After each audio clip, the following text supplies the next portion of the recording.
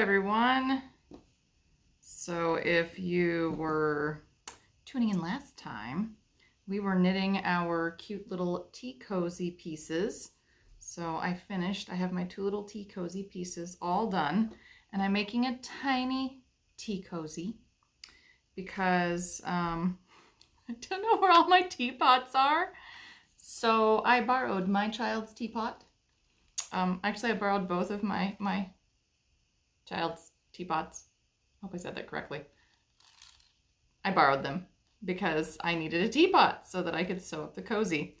And so I'm making a tea cozy for her little teapots. But it's very similar in size to what my actual teapot is, if I could ever find it.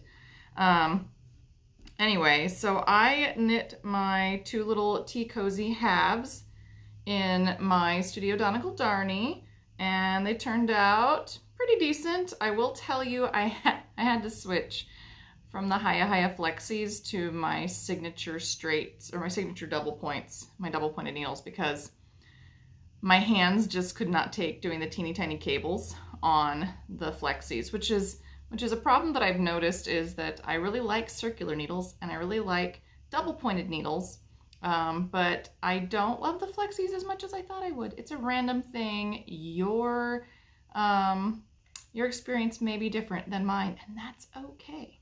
So anyway, today we are sewing up our two little pieces, and you'll notice I left, this is a really long tail. I didn't need this much, but I left long tails kind of everywhere that I thought I might need extra yarn, because why cut off extra yarn if I don't have to? I'm going to use the tails to sew in. It'll make it much simpler in the long run. Anyway, so I have my two tea cozy pieces. I have my two little model teapots, and I'm hoping that I'm hoping it'll fit both of them. I know, my little child's teapots, right? But I think it'll be okay. I think it'll be okay in the long run. And yes, Tina, usually I would not change my needle in the middle of a project, because your gauge can definitely change with your needle. But for my comfort, I had to do it.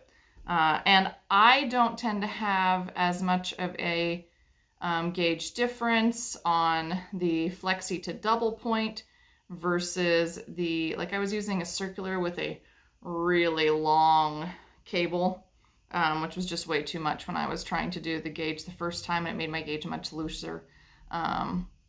So, you know, you have to do whatever it is. I could have ripped out and restarted, but I had like, 2 inches done or something, and it's a tea cozy for a toy teapot. So I just decided I was going to go for it. Oh, and look, I finished my shawl, so now I'm wearing it. You guys probably don't know much about this, but I do Facebook Lives on Monday and Wednesday with Facebook for Black Sheep Fiber Emporium. I said Facebook twice, whatever. Anyway, I do lives. I do live videos on Monday and Wednesday, and Tina does a live video on Friday. And right now I'm doing a History of Lace project on Mondays, and I'm doing Weaving Wednesdays, and I finished this and I washed it, and so I'm wearing it, and I'm comfy.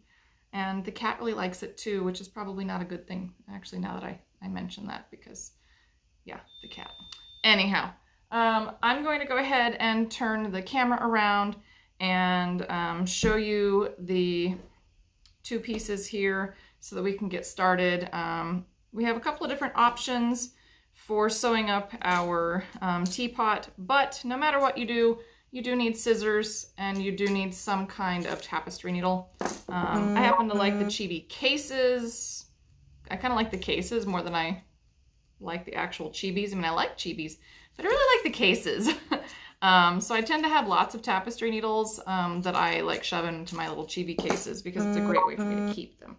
So hang on just a minute while I flip this around. I'm going to add a little extra light as well. Get this plugged in. There we go, a little extra light. And let's flip this. And there we go. Okay, now hopefully this will work. And I can't see your comments, so just bear with me. That means somebody came into my driveway, but that's all right. Okay, so my first consideration for this little guy is where my handle and my spout are on my teapot. So I need to think about how my little tea cozy is going to fit. So I know I only need a little, to sew up a little bit on each bottom side because I need to leave a pretty good hole for the handle on my teapot. So that is an important consideration, is where does the handle and the spout start on your teapot?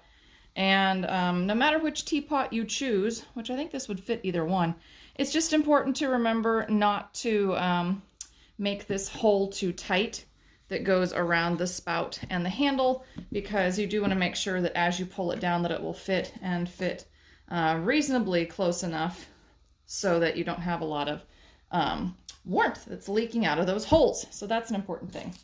So the next thing is, let's grab, I am using a blunt tipped tapestry needle. So this is a blunt tip.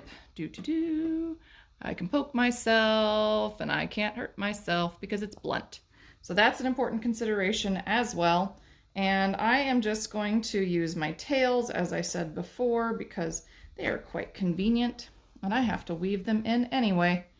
So just go ahead and thread up your tail, and then I'm going to use a mattress stitch. That's part of why I left that first edge stitch as a slip stitch all the way along on both sides, because that allowed me to, just moving it a little bit here, there we go, to have a nice mattress stitch so that hopefully everything will come together beautifully.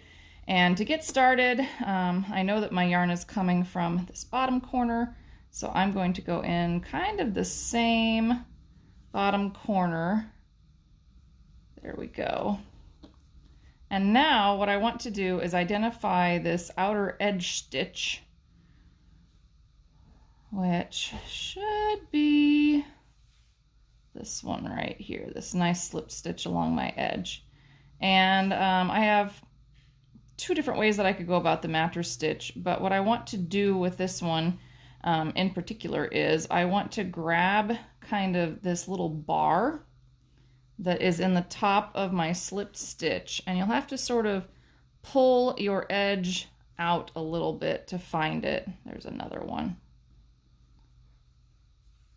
And then I am just going to seam, and I'm not going to pull this too tight yet. I'm just going to keep picking up those bars where the next stitch is. Let's see. I'm going to use, if I use that one, it might be too close. That was kind of a loose spot. I'm going to skip one right there, go to the second one up. That's another thing, is you can kind of make this decision yourself as to whether or not you want to skip a bar and go in a bar above, because sometimes one side is a little tighter than the other. And you can see I probably have enough, because I don't need a lot of space here at the bottom of my teapots. You might have to go a little bit further up, but again, I want to make sure that I leave, this is going to be my, I've decided just now, my handle end. So you want to make sure that you leave that open enough that you can get your handle around it. And I'm just going to finish this off by sort of drawing it through, pulling this a little tighter so that it looks pretty seamless. Looks pretty good. And then I'm going to flip these around to the inside. And I'm just going to reinforce this because it is a tea cozy. And I'm just going to run my yarn on the inside here. Now, because I chose a 100% wool yarn that is not superwash, this tail is going to sort of felt itself in a little bit with time, which is great. And I'm just going to trim it so that I can put this through the wash and it will be safe. So all I did was I just trimmed this a little bit. All right, so now I'm gonna lay this out flat again. And I have more seaming to do because I want to go ahead and get the handle section done. And I know that I want to do at least down to here. and leave maybe this much open because, let's see, let's try it on our little teapot here. Yeah, probably. I think if I just take it down to the very top of those increases, that will fit pretty nicely around the side of my teapot. And yes, I know I have a lovely pink child's teapot too. So now, that's my extra long one. I think what I'm going to do, I'm going to take my slightly shorter tail to this side, but I want to take advantage of my long tail here. Now you have two options. I chose to go ahead and seam this all the way shut on my first tea cozy, but you can do either. You could leave it open so that it will fit down around your little topper like this on your teapot, so it would fit down around the topper on your teapot, or you can close it up so that it will stretch around the top of your teapot and cover it fully. It's your choice. I'm going to go ahead and seam the whole thing, but I actually want to take my yarn and I want to start it over here, so I'm going to cheat. Yes, that's right, I'm going to cheat. And I am just going to run this extra long tail along my cast off bumps so that I can move it over where I want it to be without having to cut it off and start again. I like cheats. Notice I'm not pulling this really tight. I'm just trying to make sure that I am moving it over where I want it to be for my seam. And this is a little bit tougher of a seam. It's not impossible. It's a little bit tougher of a seam. Just simply because we have this cast off edge or bound off edge to deal with. But I have moved my tail. See, I moved my tail and I made sure I didn't pull too tightly. I'm cheating. I'm cheating right there, and I moved it over here. So you could, instead of binding off on this row, I could have worked one more row and then bound it off on the purl side, which would have automatically put my yarn in the correct position to do this. But I didn't think about that until after I had done it, and then I didn't really want to pick out my 10 stitches, so we cheated. We cheated, and it's totally fine. So for this one, what I want to do is I'm actually going to like hook around two sides. Hang on, that's my tail in the way. Two sides of my stitch. So you're trying to find the two pieces of your stitch, and I'm ignoring this outer edge stitch. I'm actually technically splitting two stitches. And the reason that I'm doing that is because I still want to have this outer edge stitch to work along this side of my tea cozy. So that's a personal choice. You don't have to split your stitch.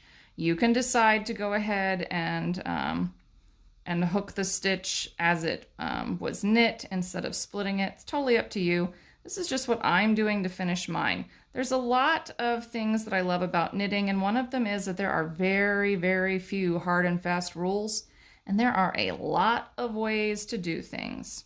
And all I'm doing is I'm following along, and I'm grabbing two arms of the next stitch in line. Let's see, this one's a little harder to see. There it is. And I'm just trying to seam this together so that I kind of have a cute top instead of a funky, lumpy cast off edge. That's all I'm trying to do. Nothing fancy. If you make a mistake or you don't like it, pick it out. Do it again. It's not a big deal. I made a ton of mistakes when I was making my shawl that I'm wearing, my woven shawl, and I learned so much, and I get to share it with everybody. And there's nothing wrong with that. Okay. Just make sure. There we go. Identifying the two pieces of your next stitch can become a little bit hinky. And I may have been off just a little bit on one side, but that's all right. This is just for a toy teapot. I'm going to pull that just a little bit tighter, make sure it looks all right. It doesn't look too bad. I have decent continuity right here between my pattern pieces, so I'm going to go for it. If you wanted, you could also seam up the side or seam down the side. And then you could draw this in and just like run your stitches all the way around it and draw it into a little bud at the top. But I always think it looks a little bit like a nipple, so I usually don't do that. Nothing against nipples, I'm just like making a comment. All right, so there we go. We've gone all the way across the top. And there was our side that we did earlier. So now we have to go down this beautiful set of decreases. And this is where it gets a little bit tricky. It's not cheating, says Cheryl. It's a design element. You're not entirely wrong. So this is where it gets a little bit trickier. Remember when we were doing it earlier that I was coming in here and I was picking up the bar. But going along the side of my tea cozy is just a little bit harder, and I am going to take advantage of my slip stitch edges, and I'm not going to mattress stitch so much as ladder stitch now. So I'll go across, I'll find the next arm of my next slip stitch and ladder it down. This is not quite as tidy as mattress stitch, but I'm choosing to do it today because it's fast and I want to make sure that I have time to get this on my tea cozy, on my teapot, and show you what it looks like. So I'm just trying to match it up, pick an arm, match it up. There we go. I was a little bit off on that previous one. Pick an arm, match it up. Pick an arm, match it up. All the way down the side. There's one. And there's one I haven't used. And it looks like I'm just about to the end. Let's do that. And I'll maybe do one more right here. And then again, I'm just going to bring it kind of up and over and go back through my work. And now I'm going to flip this inside out so that I can take my tail through. So I'm just going to stick my tapestry needle in, flip it inside out. And you can see we have a decent line. I could have been a little bit better in terms of picking my stitches, but I'm going pretty fast right now. And again, I'm just going to take my tail and kind of run it through this seam because this is, again, 100% wool. It will felt itself in a little bit, especially as Ina plays with it. She's loving her little tea set right now. It's a big thing. She sends mommy to the store, like a lot, to go get things. And because I had a really long tail, I do have another piece of yarn if I happen to need it. But I shouldn't need it. All right, yay, we got half of it done. So I've seamed my top, we've gone down the side, we have our little handle hole. Let's check it. Oh, I think it fits all right. It pulls a little bit there, but it's not bad.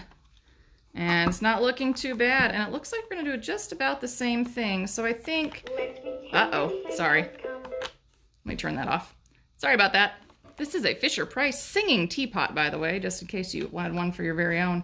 I think we're going to come down the side here and then do just the little tag down there at the bottom. And let's see how it looks on our other teapot as well. I think it'll fit. It's a little bit big, but I think she could play with it on either teapot and enjoy it. So let's go ahead and grab the tail on the opposite side. So remember, we've already put our two tails in down here at the bottom and again, down this side. And in doing that, that leaves us just two more tails to put in, but it's also going to help us seam up the rest of our tea cozy. I love it when things come together like that. Now this one, to get it started, I'm gonna send it through and then readjust because it's easier for me to see. I'm right-handed, so it's easier for me to go from right to left. It might be easier for you to go from left to right though. So if you need to, move your knitting around, make it comfortable for you, however you need to have it. So this is the way I'm doing it. And like I said, there are many ways to do this. My way is not the only way. It's just the way I chose today. So I'm just picking these large loops along the side, right here. Big loops on slipped stitches. That is part of the reason that I have a slipped stitch in this pattern. You wouldn't have to do the slip stitch. You could just make it a knit or a purl as you come to it. It's totally up to you. But this is why I have them. And that's the corner. We're getting close. Came through that one already. Okay. There we go. Do one more. So there we go, down that side, looks decent. And I'm just gonna send my yarn and my needle. Uh-oh, it popped out of this one, that's not good. I meant to go down in here. There we go, back in. I'm actually gonna hook it through this one too. And then I'm going to, once again, flip it inside out to secure it. And then I'm just going to take that needle and go back and forth just along this seam. And once again, because this is 100% wool, and that is one of the advantages of 100% wool, this tail will felt in there. It already is a little bit sticky, and it will felt in there as she plays with it. Okay, so now let's see how we're doing. That's the nice thing about having your teapot with you too, is you can check it. Oh my gosh, it's looking like a tea cozy. Look at that. So we have just one more little edge to secure down here. Let's see if it fits the other one as well. It does. Just secure one more little edge down here. My child is going to wonder why in the world I have a little tea cozy, but you know.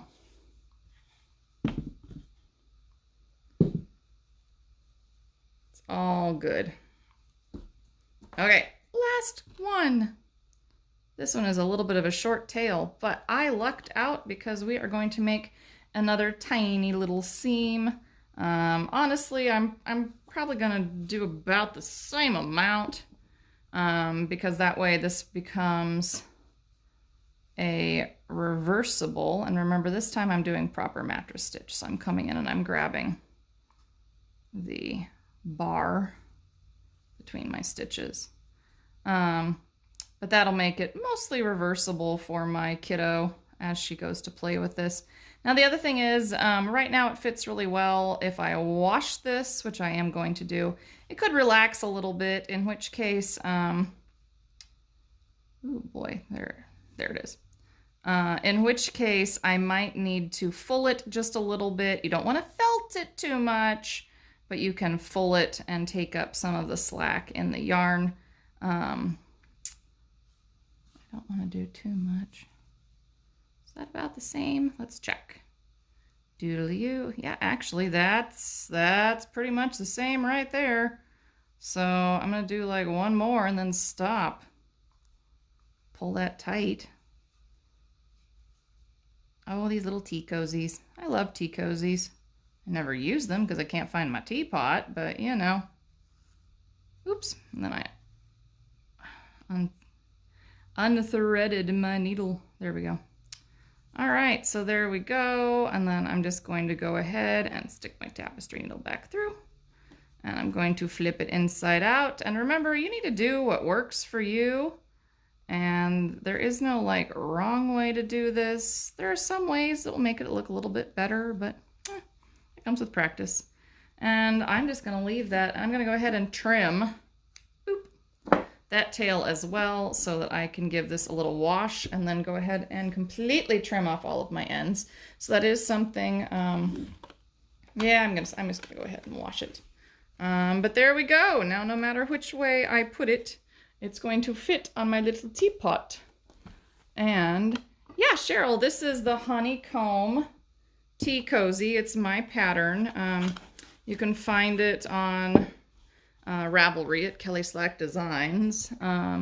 And I think we're also putting it up at Black Sheep, so you can find it there if you search Honeycomb. Tina made a cute little kit for this out of the Aran weight. I happen to be using the fingering weight Darnie, but yeah, just a cute little tea cozy. And I did make it in 2 pieces so that I could seam it to fit the spout and the handle. I felt that that was really important. I considered doing it in the round, but I wanted to be sure that you could fit this too, the spout and the handle, on your own personal teapot. So that's why I made it the way I did. And there we go. Now we have our tiny little tea cozy, and it's super cute. So cute. So I'm going to give that a little wash. And I'm just going to do this the way I normally do, with a little dab of either Eucalyptus or soak, or actually I really love the Unicorn. They have a fiber rinse, I think is what it's called. It's really nice. No, that could be the wrong one. Whatever. Unicorn makes great soap as well. So I'm just going to give this a little soak and then let it dry. And when I let it dry, I am going to take the teapot that it is intended for, and I am going to dry it on that teapot so that it gets a little bit of time being shaped by the teapot as well. But look, it fits pretty well. It's not bad. You know, I could have done a little better job here, but it fits pretty well. It's not bad. And I get a kick out of it, so hopefully my kid will too. So I hope that you have enjoyed our time together making the tiny tea cozy. And let me flip this back around. And sorry about that. There we go. Yeah, and I will be back next week in the Woolen Fiber Arts group. Remember, we're doing the Blue Caterpillar Shawlette next week. And I don't know. I need to put some photos up in the event because I need to pick out my yarn and I have to get my yarn wound, and then we have to talk all kinds of fun stuff next week, and I'm gonna have to do more of a series. So yeah, hopefully you'll join me for that as well, and you've enjoyed this little tea cozy series. And I think it turned out pretty cute. Just a tiny little tea cozy for my for my kids. Yeah, for my kids' little teapot. Because remember, I don't know where my teapot is, so I borrowed hers. I find this really amusing. Like, I find it really amusing. I'm not gonna lie. We could play it. Oh, and look, she even has a tiny piece of cat food, which she has put in the lid, because that's where she likes to store the kitty food for the kitty and then try to get him to eat it. It's a thing. It's a thing with her. Anyway, so next week I'll be back, hopefully with, you know, the same hilarity, but perhaps fewer tiny teapots. And we'll be doing the Blue Caterpillar Shawlette. You can catch me on the Black Sheep Fiber Emporium Facebook page live on Mondays and Wednesdays at about 3 o'clock Central Time. I try to do it every single week, and I try to put events up so you know what's coming up now. I do lots of things. So you're always welcome to join me there. And my partner Tina is also there on Fridays as well. So we try to have, you know, a live video Monday, Wednesday, and Friday for everybody to check in. Anyway, yeah, there's just all kinds of fun things going on. So I hope that you'll join us over there as well on Monday, Wednesday, and Friday for our usual chats and events that we have going on. And I didn't talk about it at the beginning, but we are doing the Black Sheep Needle Crafters Year of Self-Care. And there's more information on our website, which is blacksheepfiberemporium.com. But I would love it if you all came over to check it out and participate, because it's open to all needle crafters. And I don't really care if you're spinning, weaving, knitting, crocheting, tatting, bobbin lacing, embroidering, sashikoing. I don't think that's a real word. Whatever you happen to be doing with needlework, it all counts. So we'd love to have more participation in that and kind of share it.